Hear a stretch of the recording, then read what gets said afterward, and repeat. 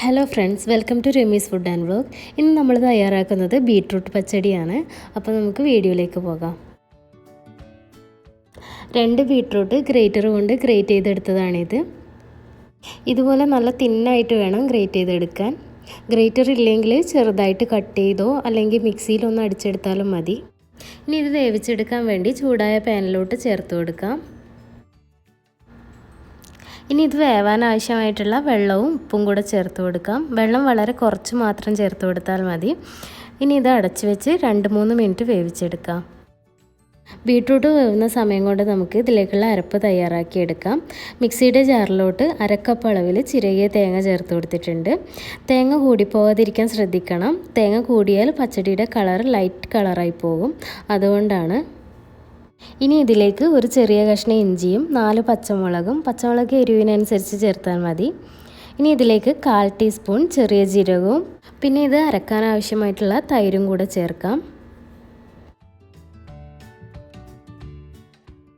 ഇനി ഇത് നന്നായിട്ടൊന്ന് അരച്ചെടുക്കാം. ഇതിപ്പോൾ അരച്ചെടുത്തിട്ടുണ്ട്. ഇനി ഇതിലേക്ക് 1/2 ടീസ്പൂൺ കടുകും കൂടെ ചേർത്ത് ഒന്ന് ചെറുതായിട്ട് ഒന്നുകൂടെ അരച്ചെടുക്കാം. ഇപ്പോൾ അരപ്പ് റെഡിയായി വന്നിട്ടുണ്ട്. അപ്പോൾ നമ്മൾ വേവിക്കാൻ വെച്ചിട്ടുള്ള ബീട്രൂട്ട് വെള്ളമൊക്കെ വറ്റി വെന്ത് വന്നിട്ടുണ്ട്. ഫ്ലെയിം ഓഫ് ചെയ്ത് വെക്കാം. ഇനി അരപ്പ് ഇതിലേക്ക് ചേർത്ത് കൊടുത്ത് മിക്സ് ചെയ്തെടുക്കാം.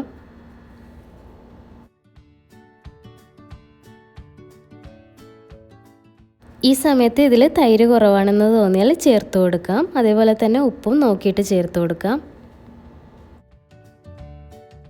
ഇനി ഇതിലേക്ക് നമുക്ക് കടുക് വറുത്തിടാം. അതിനായി പാനിലേക്ക് കുറച്ച് വെളിച്ചെണ്ണ ഒഴിച്ചിട്ടുണ്ട്. എണ്ണ ചൂടാകുമ്പോൾ കടുക് ഇട്ട് കൊടുക്കാം. കടുക് പൊട്ടി തുടങ്ങുമ്പോൾ 2 വറ്റൽമുളകും കറിവേപ്പിലയും കൂടെ ചേർക്കാം. ഇനി ഇത് പച്ചടിയിലേക്ക് ഒഴിച്ച് ഇളക്കിയെടുക്കാം. അപ്പോൾ നമ്മുടെ ബീട്രൂട്ട് പച്ചടി ഇവിടെ റെഡി ആയിട്ടുണ്ട്. പെട്ടെന്ന് തയ്യാറാക്കാൻ പറ്റുന്ന ഒരു റെസിപ്പിയാണ്. ഓണത്തിനൊക്കെ സദ്യയിൽ വിളമ്പാൻ പറ്റിയ കറിയാണ്. അപ്പോൾ ഈ റെസിപ്പി എല്ലാവരും ട്രൈ ചെയ്ത് നോക്കുമെന്ന് വിചാരിക്കുന്നു. വീഡിയോ ഇഷ്ടമായാൽ ലൈക്ക് ചെയ്യാനും സബ്സ്ക്രൈബ് ചെയ്യാനും മറക്കരുത്. വീണ്ടും മറ്റൊരു വീഡിയോയിൽ കാണുന്നവരേക്കും ബൈ.